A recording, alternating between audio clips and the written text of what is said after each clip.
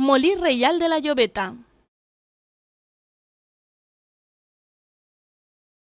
Ja existia al segle XVII. La corona se'n reservà les rendes per estar en una vila reial. Al començament del segle XX, les modernes indústries farineres substituïren aquests molins.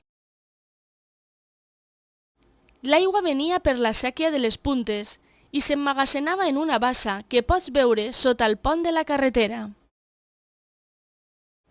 Caïa un pou o cub on movia unes aspes que feien girar les rodes de molí. Eixia al riu per un túnel o cacau. L'aigua que sobrava continuava per la séquia. En aquest panell hi ha un plànol tàctil que indica tots aquests elements.